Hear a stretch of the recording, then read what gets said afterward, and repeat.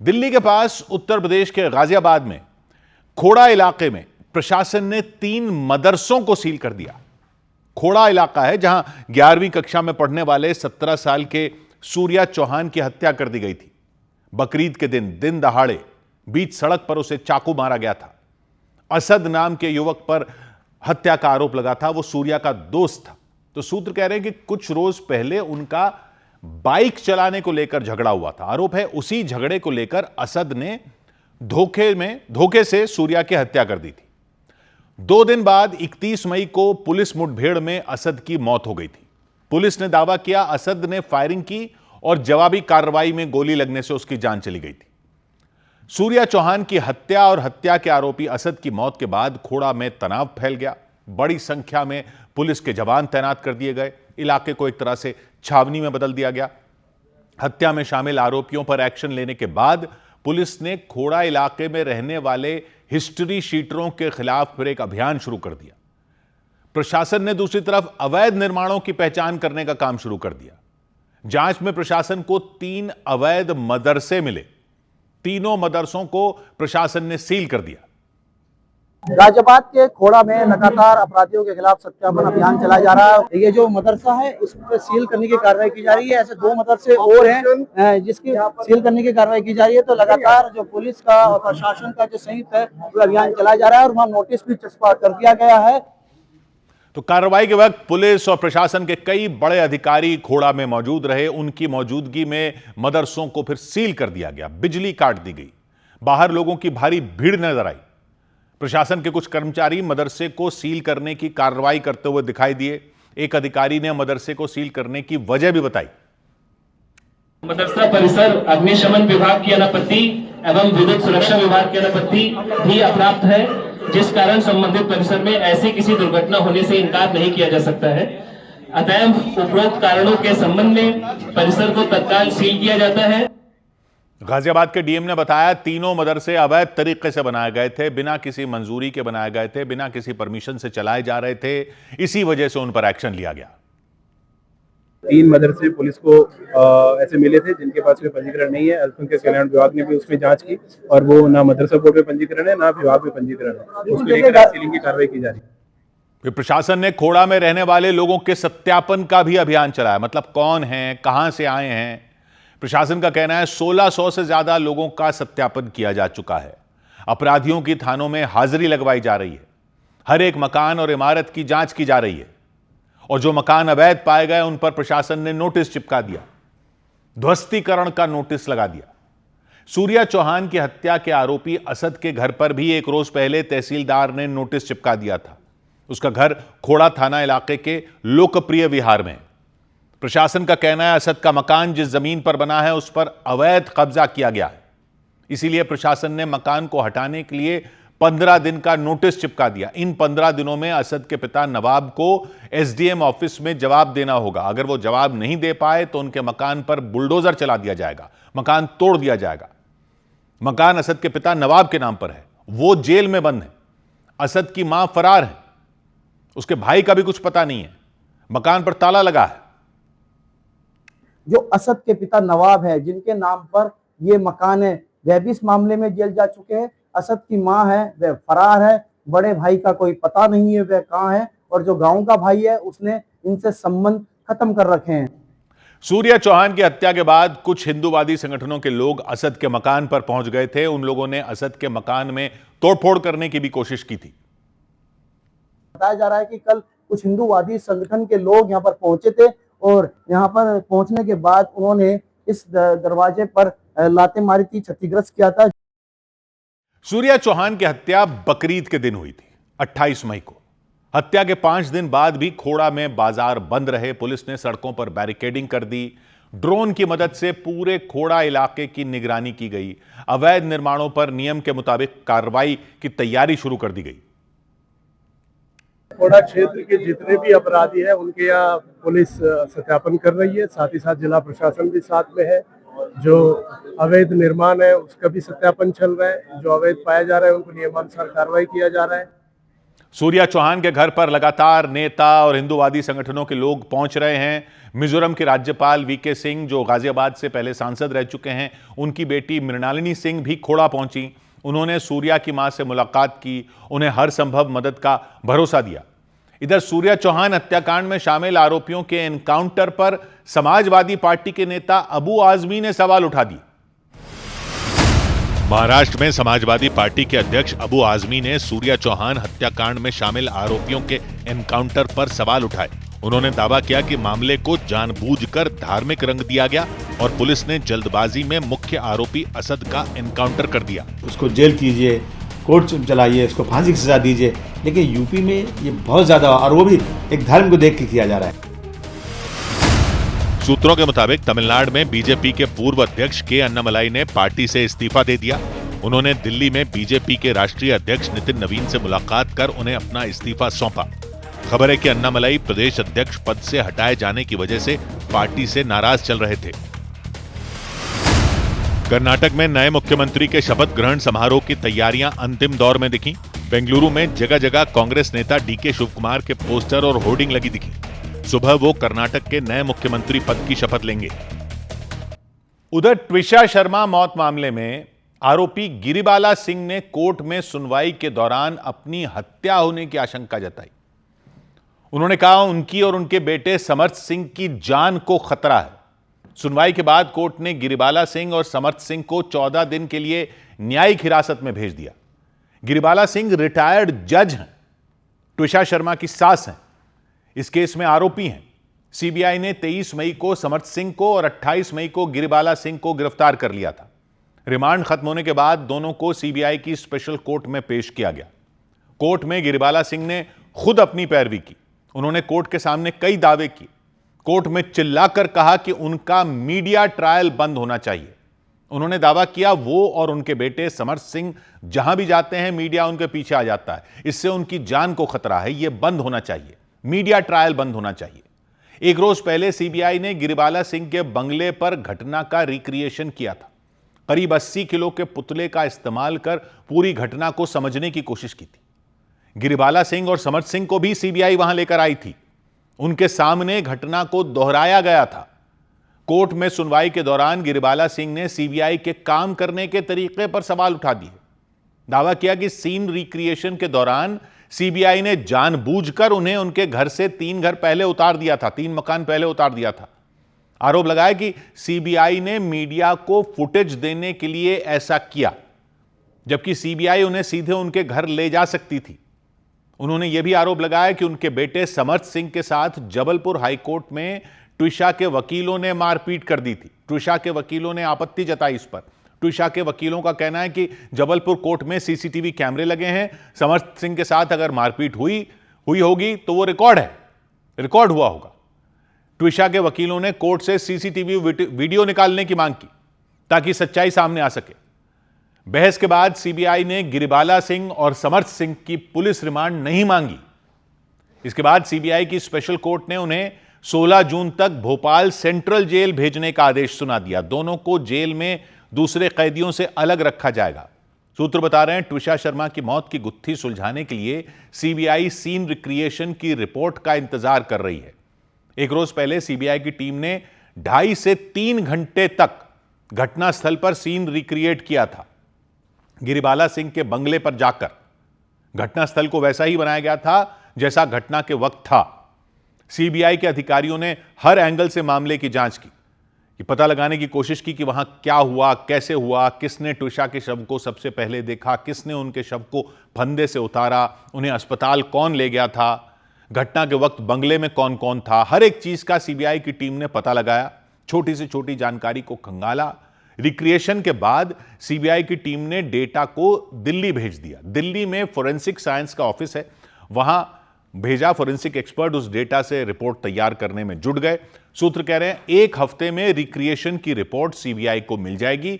उस रिपोर्ट से ट्विशा की मौत का राज खुल सकता है या उसके बारे में सुराग मिल सकते हैं सीबीआई को। मौत की गुत्थी सुलझ सकती है।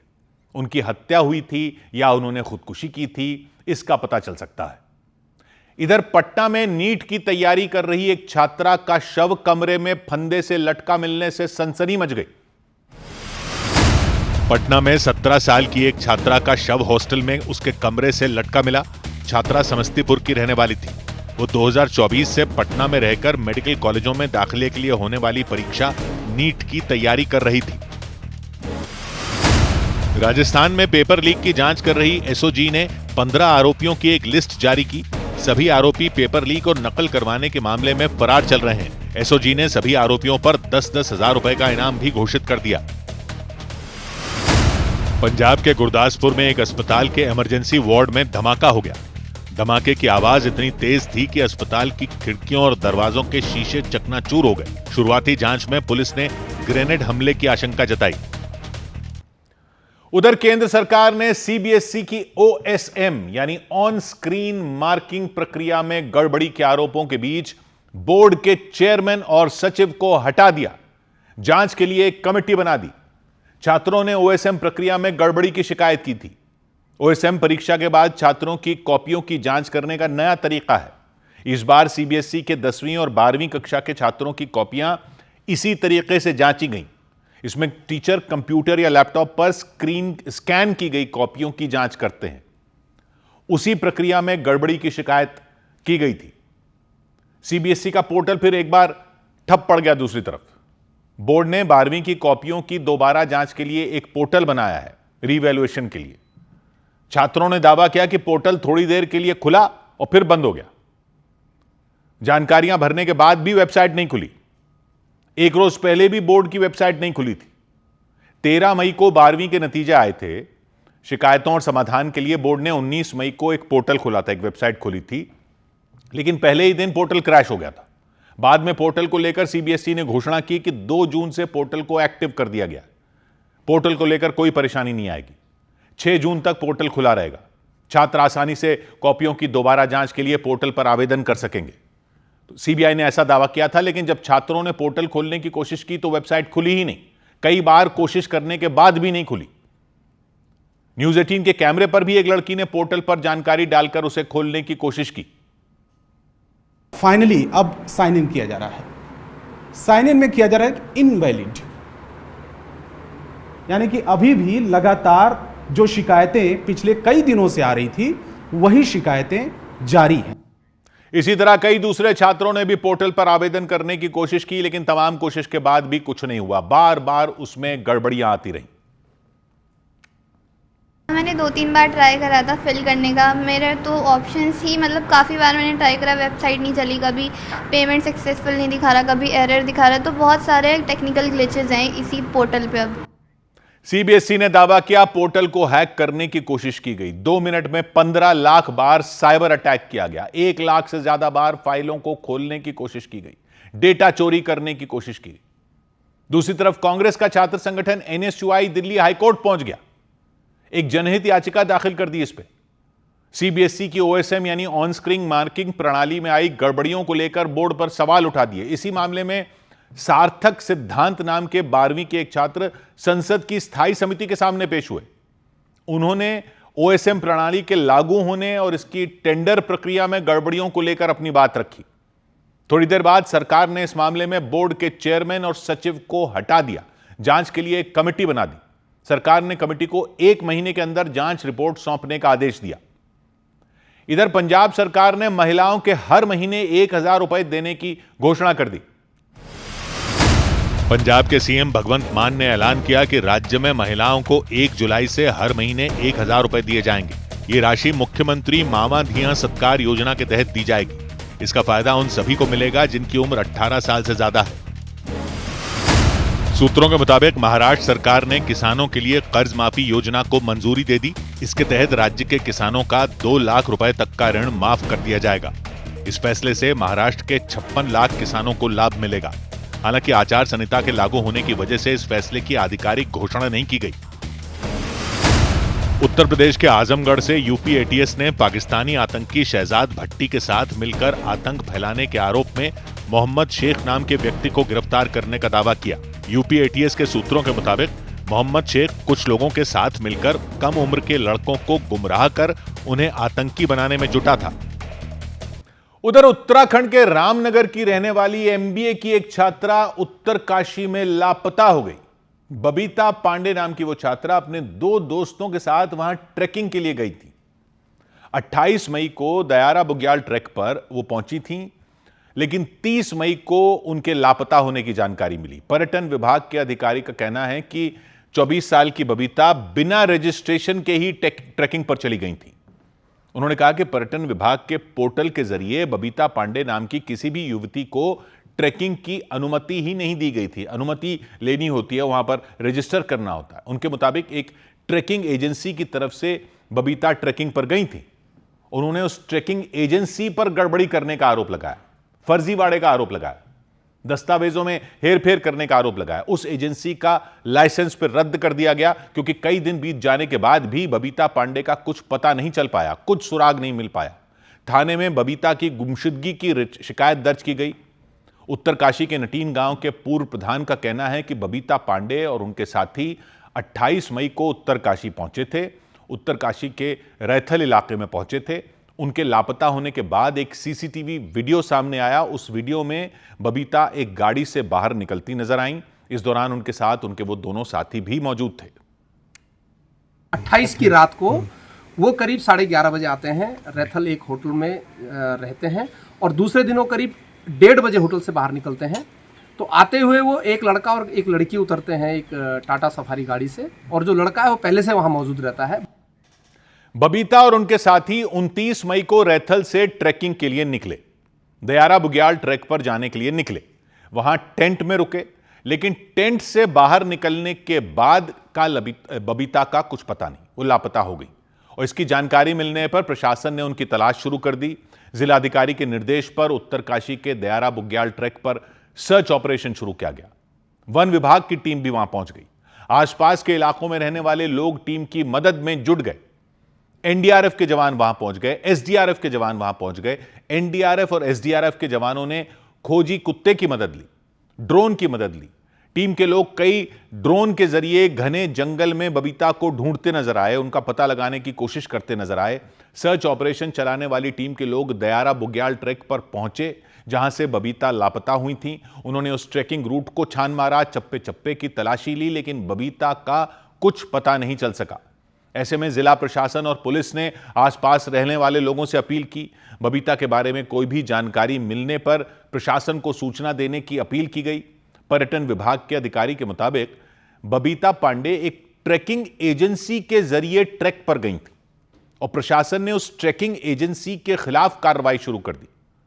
पर्यटन विभाग के अधिकारी के मुताबिक उस ट्रैकिंग एजेंसी ने जिस ग्रुप के साथ बबीता को ट्रैकिंग के लिए भेजा था, उस ग्रुप में बबीता का नाम ही शामिल नहीं है, लेकिन वन विभाग को दिए गए दस्तावेज में बबीता का नाम दर्ज है।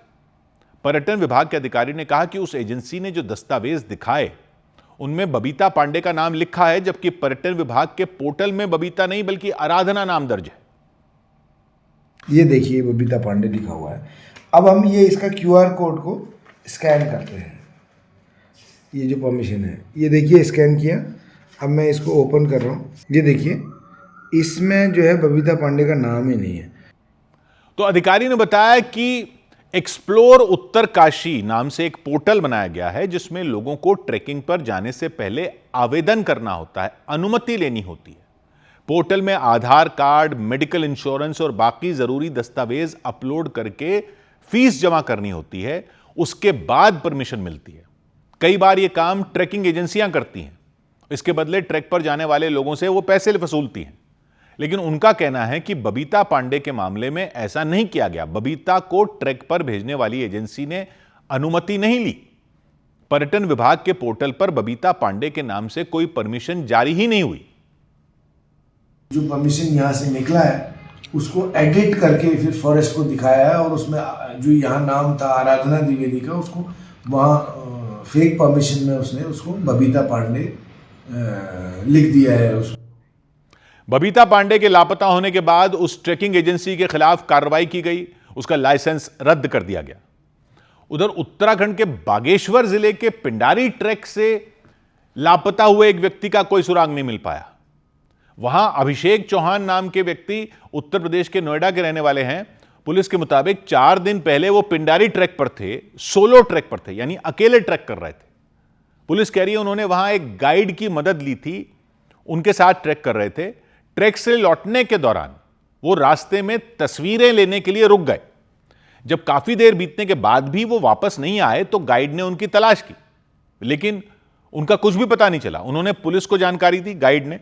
पुलिस लगातार 3 दिन से सर्च ऑपरेशन चला रही है, लेकिन इसके बाद भी उस ट्रैकर की कोई जानकारी नहीं मिल पाई है। हालांकि पुलिस का कहना है कि तलाशी अभियान के दौरान उसे एक नदी के पास से एक कैमरा मिला, इससे उस व्यक्ति के मिलने की उम्मीद बढ़ गई। एसडीआरएफ से लेकर वन विभाग की टीम उस ट्रैकर की तलाश में जुटी है। ऊंची ऊंची पहाड़ियों पर उन्हें ढूंढा जा रहा है। पुलिस का कहना है खराब मौसम की वजह से सर्च ऑपरेशन और मुश्किल हो गया है, लेकिन तलाश में जुटी टीम ने हिम्मत नहीं हारी। ड्रोन की मदद से खाई और खतरनाक रास्तों पर उनकी तलाश की जा रही है। आसपास रहने वाले लोगों की भी मदद ली जा रही है ताकि हर हाल में लापता व्यक्ति को ढूंढा जा सके। हमारी एसडीआरएफ की टीम, एनडीआरएफ की टीम, फायर की टीम और ड्रोन टीम लगी हुई है, जिसमें हम जो पिंडर रिवर है उस पर सर्च अभियान हमारा जारी है। पुलिस का कहना है नेटवर्क की समस्या और खराब मौसम के कारण उस पर्यटक तक पहुंचना मुश्किल हो गया था, लेकिन नदी के पास उनका कैमरा मिला तो उसके बाद उनकी तलाश और तेज कर दी गई। अधिकारी ने संभावना जताई कि वो व्यक्ति वहीं कहीं फंसे हो सकते हैं और उन्हें जल्द ही ढूंढ लिया जाएगा। उधर खबर है कि दिल्ली में 8 जून को विपक्षी गठबंधन की बैठक हो सकती है। सूत्रों के हवाले से खबर है कि 8 जून को दिल्ली में विपक्षी गठबंधन की बैठक हो सकती है। सूत्रों ने दावा किया कि बैठक में पश्चिम बंगाल की पूर्व मुख्यमंत्री ममता बनर्जी, शिवसेना उद्धव गुट के प्रमुख उद्धव ठाकरे, समाजवादी पार्टी के अध्यक्ष अखिलेश यादव और कांग्रेस नेता राहुल गांधी शामिल हो सकते हैं। जम्मू कश्मीर के किश्तवाड़ में कांग्रेस पार्टी के कार्यकर्ताओं ने महंगाई के खिलाफ प्रदर्शन किया। उन लोगों ने केंद्र सरकार पर लोगों की समस्या की तरफ ध्यान नहीं देने का आरोप लगाया। प्रदर्शनकारियों ने केंद्र सरकार से महंगाई को रोकने के लिए उचित कदम उठाने की मांग की। दिल्ली के साकेत में हुए बिल्डिंग हादसे के मुद्दे पर आम आदमी पार्टी के कार्यकर्ताओं और पार्षदों ने प्रदर्शन किया। उन लोगों ने दिल्ली नगर निगम कमिश्नर के कार्यालय का घेराव किया और डिप्टी कमिश्नर को सस्पेंड करने की मांग की। इधर पश्चिम बंगाल में फर्जी दस्तखत के आरोपों से शुरू हुई लड़ाई में ममता बनर्जी की पार्टी टीएमसी के 2 फाड़ होने की नौबत आ गई, ऐसा लगा। टीएमसी के 2 विधायकों ने अपनी ही पार्टी पर उनके फर्जी दस्तखत का इस्तेमाल करने का आरोप लगा दिया। उन्होंने दावा किया कि विधानसभा में नेता प्रतिपक्ष के चयन को लेकर विधायकों के दस्तखत वाली जो लिस्ट राज्यपाल को सौंपी गई वो गलत थी, उसमें फर्जी दस्तखत थे। टीएमसी के विधायक हैं संदीपन साहा और ऋतुव्रत बनर्जी। दोनों ने साफ कह दिया कि अभिषेक बनर्जी के इशारे पर टीएमसी नेता शोभनदेव चट्टोपाध्याय को नेता प्रतिपक्ष बनाने के लिए उनके फर्जी दस्तखत किए गए। इन आरोपों ने टीएमसी में मानो भूचाल ला दिया, क्योंकि टीएमसी विधायक संदीपन साहा और ऋतुव्रत बनर्जी ने पश्चिम बंगाल की विधानसभा के सचिव को एक चिट्ठी लिख दी कि उन्होंने शोभनदेव चट्टोपाध्याय को नेता प्रतिपक्ष बनाने के प्रस्ताव पर सहमति नहीं दी है। जो सहमति पत्र या विधायकों के दस्तखत वाली लिस्ट टीएमसी की तरफ से भेजी गई थी, उसमें उनके दस्तखत पूरी तरह फर्जी थे। संदीपन साहा और ऋतुव्रत बनर्जी दोनों ने दावा किया कि उन्होंने केवल 19 मई को हुई विधायक दल की बैठक के प्रस्ताव पर हस्ताक्षर किए थे। 19 तारीख बोला गया कि 6 तारीख के डेट में साइन कीजिए। जब हम लोग साइन करने गए तो देखे ऐसे बहुत सारे नाम हैं, वो भी ब्लॉक लेटर्स में, जो लोग मीटिंग में ही हैं नहीं। 9 मई को ममता बनर्जी के भतीजे अभिषेक बनर्जी की तरफ से शोभनदेव चट्टोपाध्याय को नेता प्रतिपक्ष बनाने के लिए विधानसभा सचिव को एक प्रस्ताव भेजा गया था, लेकिन विधानसभा सचिवालय ने जवाब दिया कि प्रस्ताव के साथ विधायकों के समर्थन वाली लिस्ट तो भेजी ही नहीं गई। इसके बाद अभिषेक बनर्जी के ऑफिस की तरफ से 20 मई को टीएमसी विधायकों के दस्तखत वाली एक लिस्ट भेज दी गई थी। 27 मई को उस लिस्ट पर टीएमसी के विधायकों संदीपन साहा और ऋतुव्रत बनर्जी ने आपत्ति जताई थी।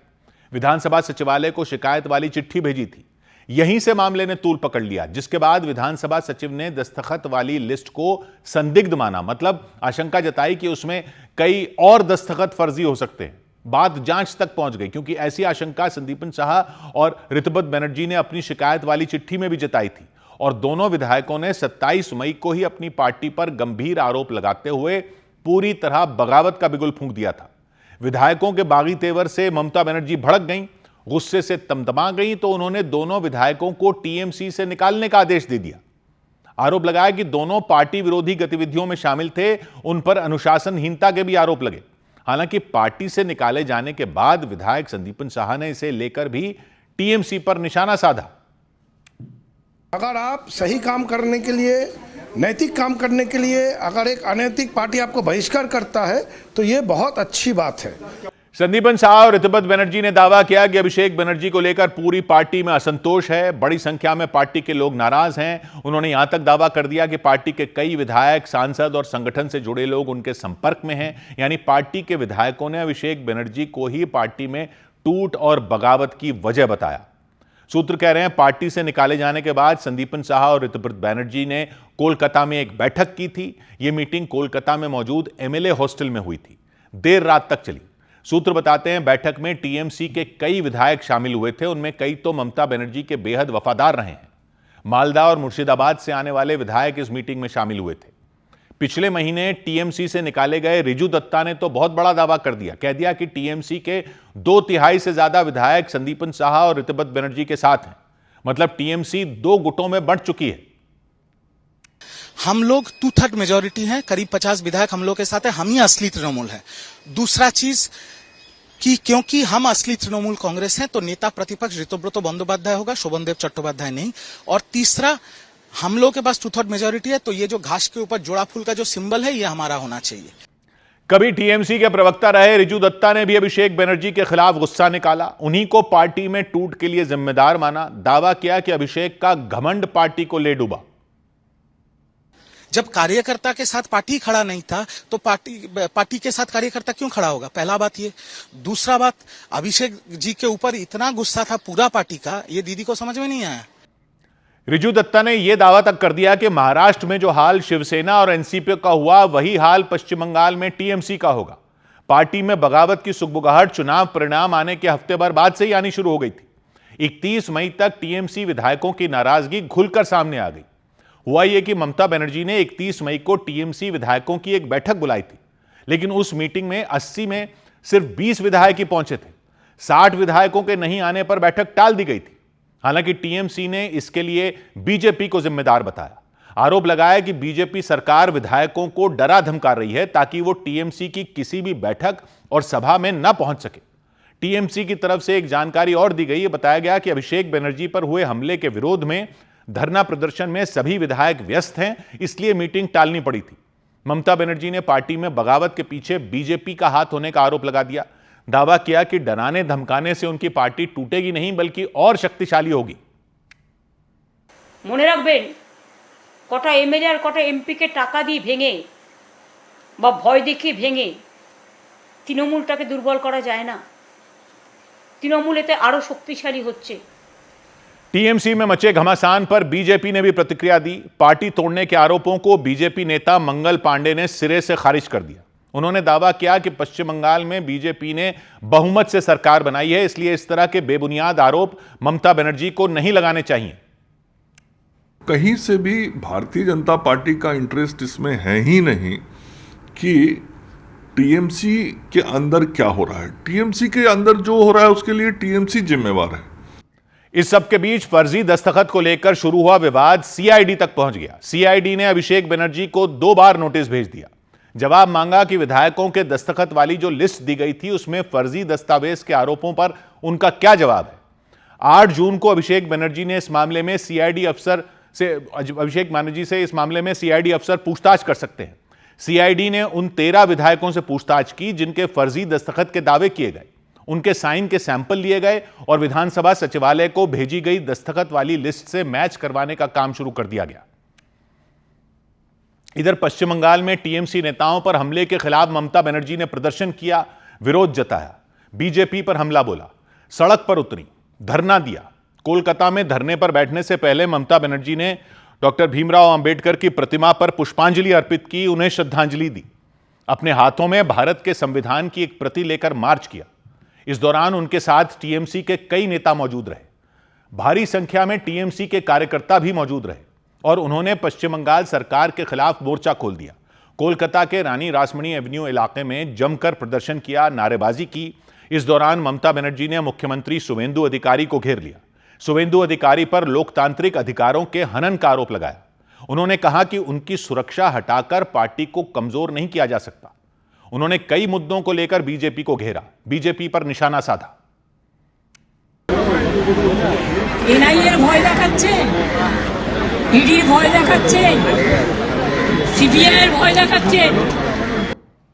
ममता बनर्जी ने आरोप लगाते हुए कहा कि टीएमसी नेताओं पर हुए हमले के लिए बीजेपी जिम्मेदार है। उन्होंने अभिषेक बनर्जी और कल्याण बनर्जी पर हुए हमले के लिए भी बीजेपी को जिम्मेदार ठहराया। उधर पश्चिम बंगाल के दक्षिण 24 परगना में टीएमसी के एक नेता लोगों को नकद पैसे देते नजर आए। इसके बाद बीजेपी ने आरोप लगाया कि टीएमसी नेता लोगों से वसूल किए गए पैसे उन्हें लौटा रहे हैं। बीजेपी के मुताबिक पश्चिम बंगाल में भ्रष्टाचार के खिलाफ हो रही कार्रवाई से टीएमसी नेता डर गए और उन्होंने लोगों के पैसे लौटा दिए। बीजेपी ने आरोप लगाया कि दक्षिण 24 परगना के एक टीएमसी नेता ने पीएम आवास योजना के तहत घर दिलाने के नाम पर लोगों से कट मनी ली थी, कमीशन लिया था। आरोप है कि उन्होंने करीब 45 लोगों से 5-5 हजार रुपए लिए थे।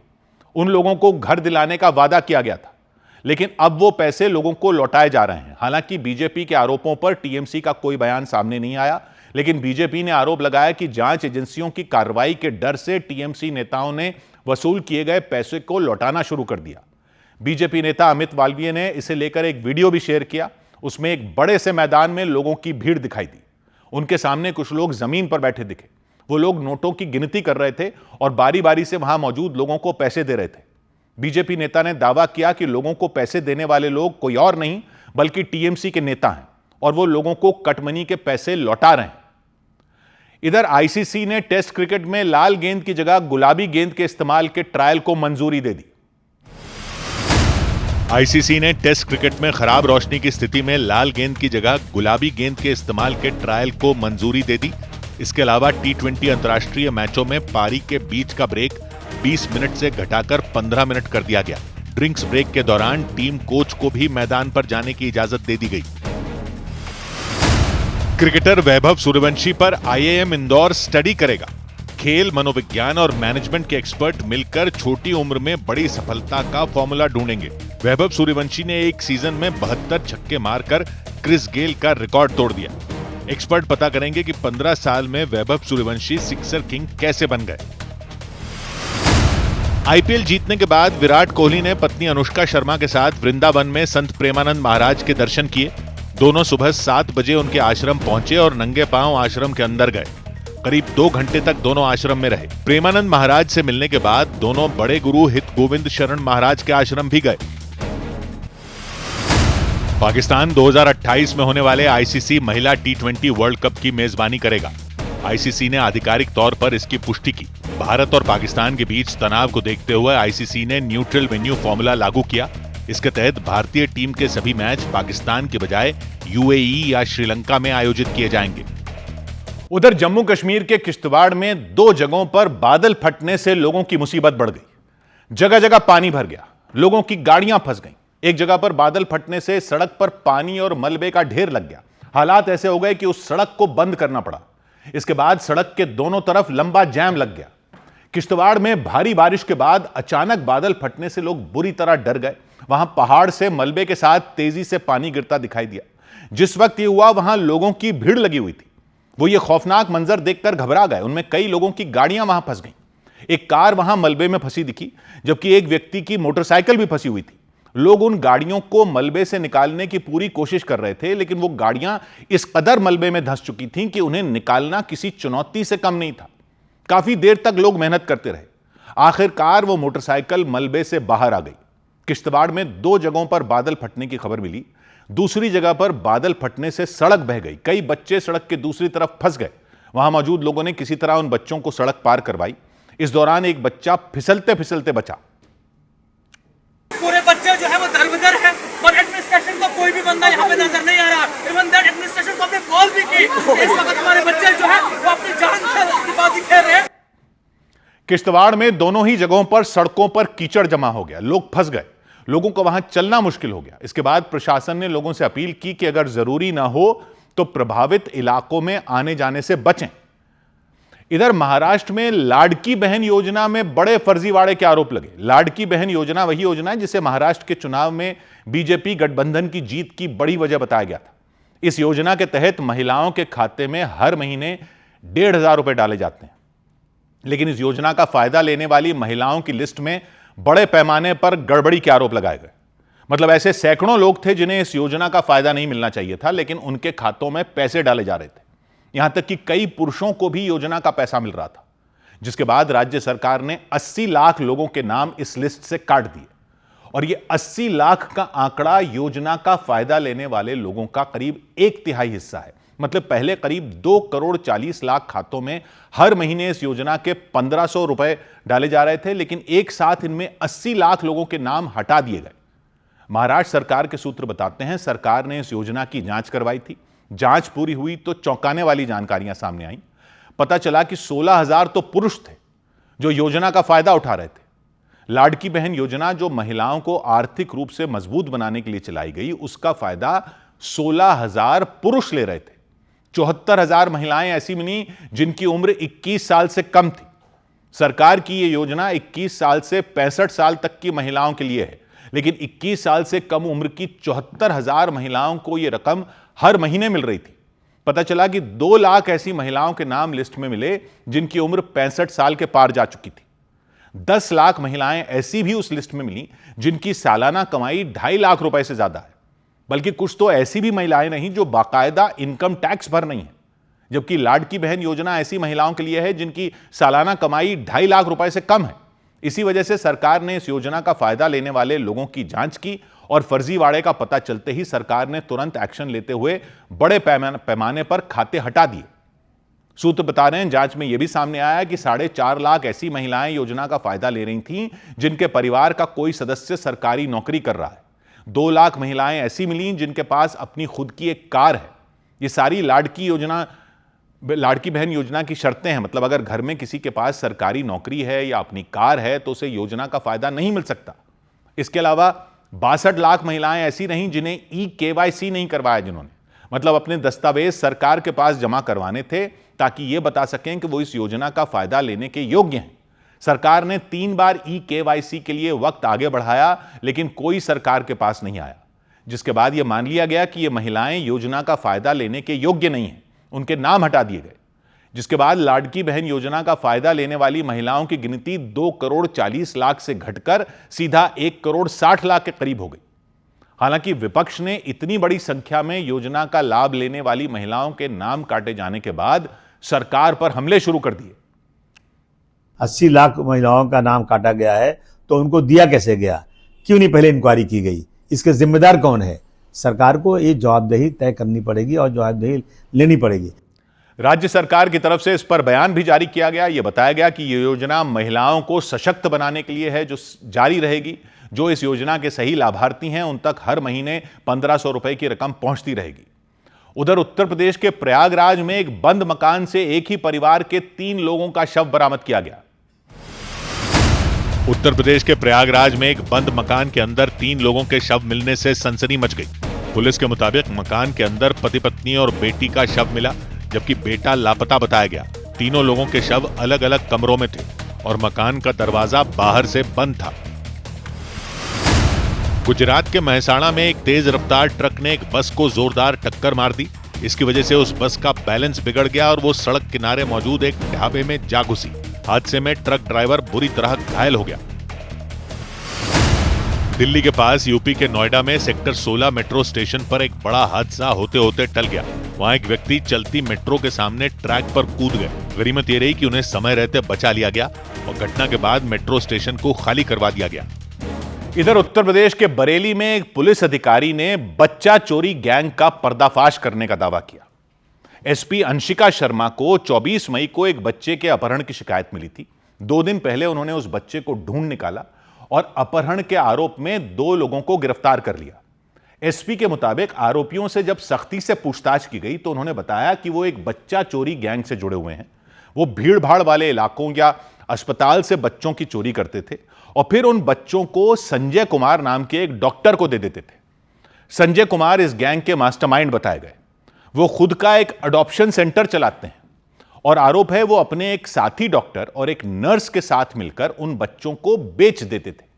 पुलिस के मुताबिक संजय कुमार दिल्ली और मुंबई जैसे बड़े शहरों में रहने वाले ऐसे लोगों को ढूंढते थे जो बच्चा अडॉप्ट करने यानी गोद लेने के लिए लाखों रुपए खर्च कर सकें।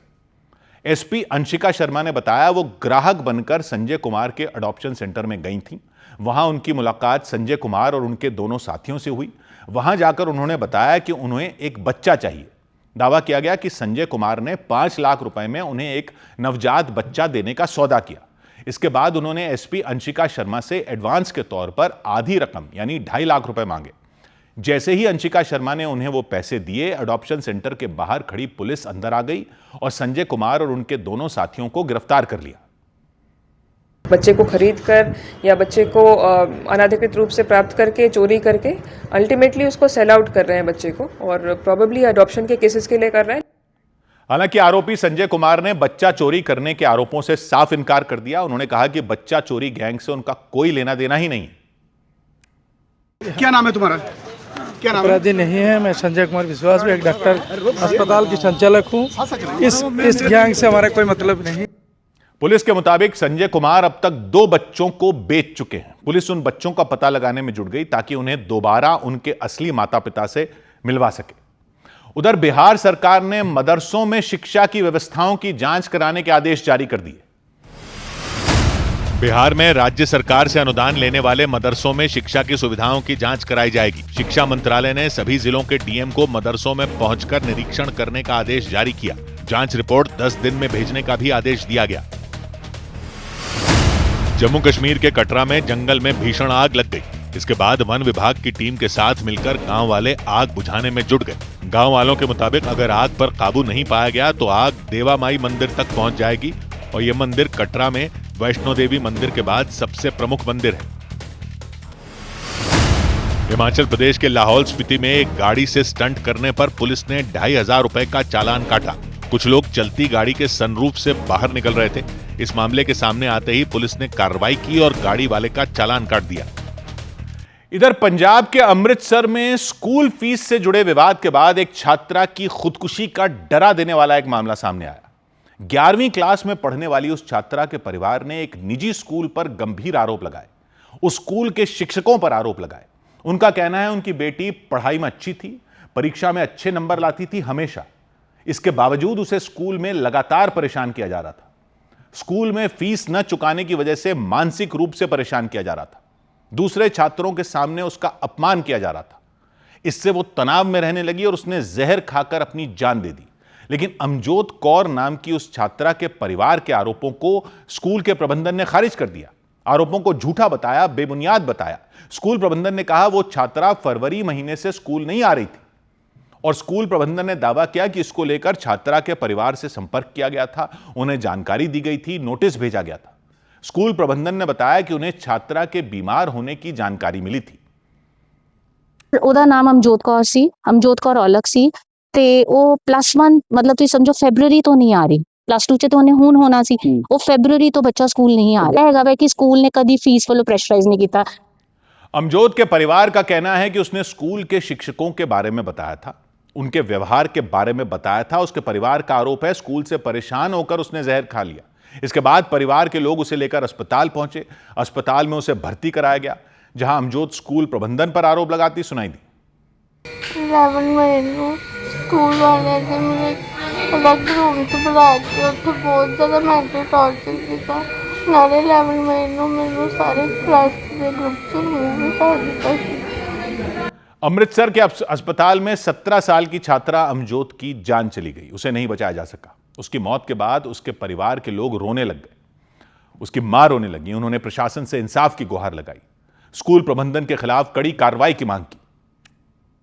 आकांक्षा मैडम, प्रिंसीपल शबनम शर्मा, ये दोनों मेरी धी नूं क्लास विच टॉर्चर करदियां रहियां ने। आंदियां तेरे क्लास दा जिहड़ा सारा क्लास दा काम सीगा वो भी क्लास मॉनीटर दा काम भी, दफ्तर दा काम भी मेरी बेटी दे बोझ पाउंदियां सी। इस मामले की शिकायत मिलने पर पुलिस ने स्कूल प्रबंधन के खिलाफ केस दर्ज कर लिया। उधर रूस ने 30 नवंबर तक जेट फ्यूल के निर्यात पर रोक लगा दी। रूस ने घरेलू बाजार को स्थिर रखने और ईंधन संकट से बचने के लिए 30 नवंबर तक जेट फ्यूल के निर्यात पर रोक लगा दी। खबर है कि यूक्रेन की तरफ से तेल रिफाइनरियों पर लगातार किए जा रहे ड्रोन और मिसाइल हमलों के बाद रूस की तरफ से यह फैसला लिया गया। उत्तर प्रदेश के बिजली उपभोक्ताओं को 10% अतिरिक्त फ्यूल सरचार्ज से राहत मिल गई। Uttar Pradesh power corporation limited ने जून के बिजली बिल में 10% फ्यूल सरचार्ज लगाने के फैसले को नियमों के विपरीत बताया। विद्युत उपभोक्ता परिषद ने इस अतिरिक्त वसूली को नियमों के विरुद्ध बताते हुए याचिका दाखिल की थी। भारत ने फ्रांस से 114 रफाल लड़ाकू विमान खरीदने के लिए लेटर ऑफ रिक्वेस्ट भेज दिया। सूत्रों के मुताबिक मेक इन इंडिया के तहत करीब 90 विमान भारत में ही बनेंगे। करीब 3.25 लाख करोड़ रुपए की अनुमानित लागत वाला यह सौदा भारत के इतिहास का अब तक का सबसे बड़ा लड़ाकू विमान रक्षा समझौता होगा। इधर उत्तर प्रदेश के मेरठ में एक व्यक्ति की गोली मारकर हत्या कर दी गई। उनकी बहन का कहना है हत्या से पहले तुषार त्यागी नाम के उस व्यक्ति ने उन्हें कॉल की थी, आशंका जताई थी कि कुछ लोग उन्हें मारने वाले हैं, उनकी हत्या करने वाले हैं, उन्हें जबरदस्ती जंगल ले जा रहे हैं। ये सुनते ही वो हिल गई। उनका कहना है कि वो तुरंत उन्हें ढूंढने निकल पड़ी, आसपास के जंगलों में उनकी तलाश की। इतने में उन्हें दूसरी कॉल आ गई एक अज्ञात नंबर से। उसने जानकारी दी कि तुषार की गोली मारकर हत्या कर दी गई है। हत्या की खबर सुनकर उनका पूरा परिवार घबरा गया, चीख पुकार मच गई, परिजन रोने बिलखने लग गए, आसपास के लोग वहां इकट्ठा हो गए। तुषार सिर्फ 23 साल के थे, शादीशुदा थे, उनके 2 छोटे बच्चे हैं।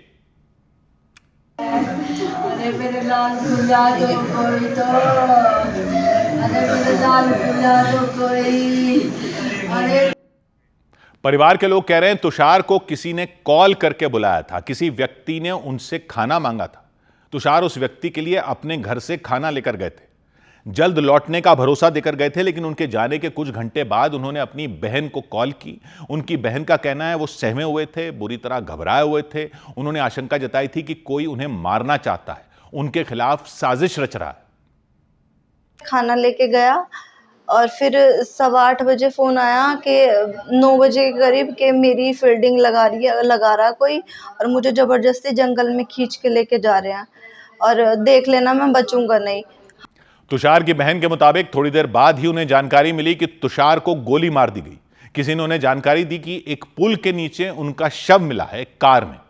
खबर मिलते ही उन्होंने पुलिस को कॉल की, उसे घटना वाली जगह बुलाया। पुलिस टीम मौके पर पहुंची, जो बॉडी है उसको गाड़ी से निकाला गया और उसको इलाज हेतु एनसीआर हॉस्पिटल में ही भर्ती कराया गया, जहां पे उसको मृत घोषित कर दिया गया। घटना मेरठ के खरखौदा इलाके में हुई। पुलिस का कहना है जब वो घटना वाली जगह पर पहुंची तो तुषार का शव एक कार से बरामद हुआ। उनके सिर पर गोली लगी थी, गर्दन पर गोली लगी थी। पुलिस ने कार कब्जे में ले ली। उसने आशंका जताई कि प्रॉपर्टी के झगड़े में उनकी हत्या कर दी गई। हालांकि तुषार की पत्नी ने उनके 2 दोस्तों पर हत्या का आरोप लगाया और उनके खिलाफ शिकायत दर्ज करवाई। उधर चंडीगढ़ में गायक और रैपर बादशाह के क्लब को सील कर दिया गया।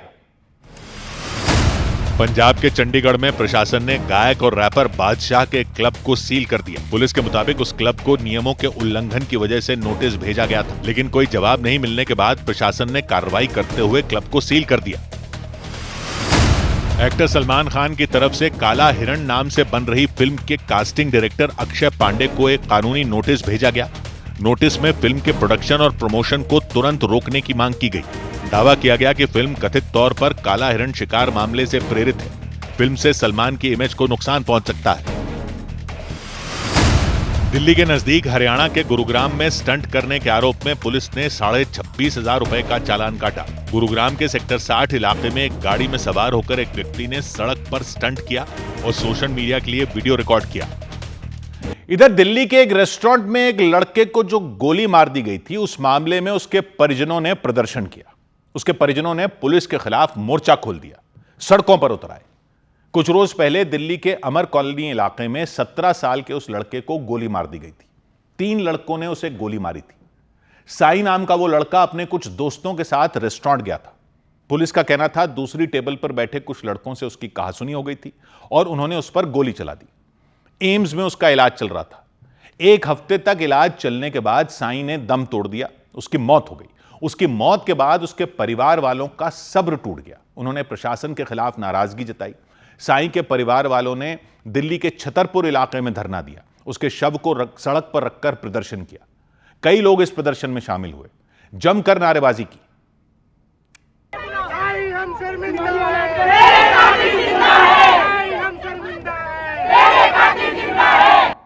पुलिस ने दावा किया कि उसने तीनों आरोपियों को पकड़ लिया, उनके खिलाफ कार्रवाई की जाएगी।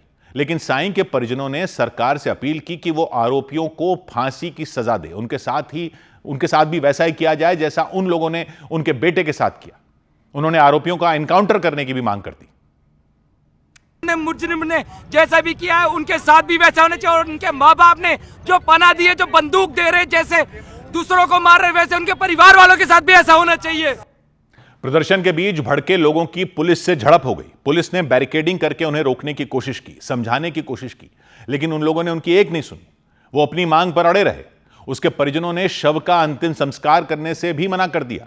उन्होंने चेतावनी दी कि जब तक उनकी मांग पूरी नहीं होगी वो अपने बेटे का अंतिम संस्कार नहीं करेंगे। जब तक हमें इंसाफ नहीं मिलेगा हम अंतिम संस्कार नहीं करेंगे, चाहे हमें 4 दिन लग जाएं, 5 दिन लग जाएं, जितने दिन लग जाएं, क्योंकि 9-10 दिन से जब हम हॉस्पिटल में थे तब तो हमारी किसी ने नहीं सुनी। परिजनों ने दावा किया जिस आरोपी ने साईं को गोली मारी वो पहले भी ऐसा कर चुका है। उसने 1 साल पहले भी ऐसी ही घटना को अंजाम दिया था, लेकिन नाबालिग होने की वजह से वो बच गया। उन्होंने सरकार से अपील की कि आरोपी को कड़ी सजा दी जाए ताकि ऐसी घटना दोबारा ना हो। मैं अपनी एक दोस्त के साथ बैठा हुआ था, खाना खा रहा था, 3 मनचले आते हैं, उसके साथ बदतमीजी करते हैं, और हमारा बच्चा जब विरोध करता है तो उसको गोली मार दी जाती है, 2 शॉट गोली, अमर कॉलोनी, लाजपत नगर जैसे एरिया में। प्रदर्शन की वजह से सड़क पूरी तरह जाम हो गई। भारी संख्या में लोग वहां इकट्ठा हो गए। कई अधिकारी भी वहां मौजूद दिखे। उन्होंने पीड़ित परिवार को भरोसा दिया कि आरोपियों को पकड़ लिया गया है, उन पर सख्त कार्रवाई की जाएगी। भरोसा मिलने के बाद लोगों का गुस्सा शांत हुआ। काफी देर तक समझाने के बाद वो अंतिम संस्कार के लिए भी मान गए। उधर राजस्थान के जैसलमेर में तेज आंधी की वजह से दीवार गिरने से एक लोक कलाकार की मौत हो गई।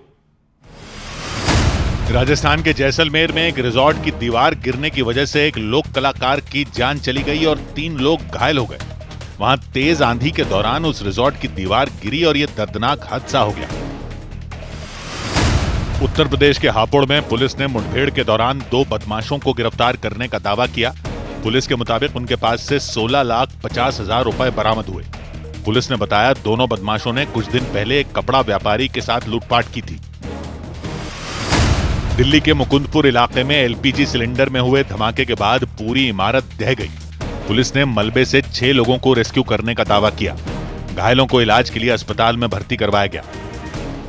उधर ऊर्जा संकट की वजह से पाकिस्तान में एक बार फिर सख्त फैसले लिए गए। पाकिस्तान के इस्लामाबाद में रात 8 बजे तक सभी बाजार और शॉपिंग मॉल बंद करने का आदेश जारी कर दिया गया। पश्चिम एशिया में जारी तनाव की वजह से पाकिस्तान में ऊर्जा संकट बढ़ता जा रहा है। पाकिस्तान की ज्यादातर बिजली एलएनजी से बनती है, यानी नेचुरल गैस से बनती है, और पाकिस्तान में सबसे ज्यादा एलएनजी ईरान से आती है।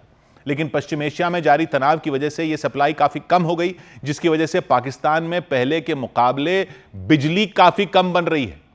इससे पहले मार्च महीने में भी पाकिस्तान सरकार ने ऊर्जा संकट से निपटने के लिए कई सख्त फैसले लिए थे। उनमें एक फैसला 8 बजे सभी दुकानें बंद करने वाला भी था। हालांकि पिछले दिनों ईद की वजह से इसमें छूट दी गई थी। ईद की वजह से इस्लामाबाद में रात को 12-12 बजे तक बाजार खुल रहे थे, लेकिन जैसे ही त्योहार खत्म हुआ इस्लामाबाद प्रशासन ने फिर से पुराना वाला फैसला लागू कर दिया। वहां पहले की तरह ही सख्ती कर दी गई, जिसके तहत इस्लामाबाद में सभी बाजार और शॉपिंग मॉल रात 8 बजे बंद हो जाएंगे। रेस्टोरेंट, किराने की दुकान और खाने पीने की दुकान रात 10 बजे बंद हो जाएंगी। वहीं मैरिज हॉल और पार्टी वाली जगह भी सिर्फ रात 10 बजे तक ही खुली रहेंगी। जल्दी दुकान बंद करने के आदेश पर इस्लामाबाद के कई दुकानदार और व्यापारी भड़क गए। उन्होंने इस फैसले का विरोध जताया। उनका कहना है कि पाकिस्तान में बाजार खुलते ही दोपहर में रात को 11-12 बजे तक चलते हैं। दिन में उनके पास ज्यादा ग्राहक नहीं आते। ऐसे में अगर वो अपनी दुकानें रात को 8 बजे ही बंद कर देंगे तो उन्हें काफी नुकसान होगा। जबकि इस्लामाबाद प्रशासन के मुताबिक रात 8 बजे तक दुकानें बंद होने से बिजली की खपत कम होगी, बिजली का बिल भी कम आएगा। बिजली की शॉर्टेज हो रही है। प्रशासन ने दुकानदारों और व्यापारियों से अपील की कि वो इस फैसले का समर्थन करें ताकि बिजली संकट से निपटा जा सके, क्योंकि पश्चिम एशिया में जारी तनाव की वजह से पाकिस्तान में बिजली का उत्पादन काफी कम हो गया है। एलएनजी से वहां बिजली बनाने वाले ज्यादातर पावर प्लांट बंद हो गए हैं, क्योंकि पाकिस्तान में ज्यादातर बिजली एलएनजी से बनती है और एलएनजी पाकिस्तान में ईरान से आती है। इन दिनों पाकिस्तान में एलएनजी की सप्लाई कम हो चुकी है, जिसकी वजह से वहां बिजली की किल्लत हो गई। इधर मौसम विभाग ने 4 जून तक मानसून के केरल पहुंचने का अनुमान जताया। मौसम विभाग का अनुमान है कि 3 दिन की देरी से चल रहा मानसून 4 जून को केरल पहुंच सकता है। इसके बाद अगले 1 हफ्ते तक दक्षिण भारत के कई राज्यों में जोरदार बारिश हो सकती है। मौसम विभाग की पिछली भविष्यवाणी में कहा गया था कि मानसून 26 मई को ही केरल पहुंच जाएगा। दिल्ली के मुखर्जी नगर में एसी में हुए ब्लास्ट के बाद एक मकान में भीषण आग लग गई। हादसे के बाद पुलिस और फायर ब्रिगेड की टीम वहां पहुंची और कड़ी मशक्कत के बाद आग पर काबू पाया गया। गुजरात के सूरत में 2 व्यक्ति एक इमारत की लिफ्ट में फंस गए। तकनीकी खराबी की वजह से लिफ्ट इमारत की 11वीं मंजिल पर अटक गई। दमकल विभाग की टीम ने उन लोगों को सुरक्षित बाहर निकाला और उनकी जान बाल बाल बची।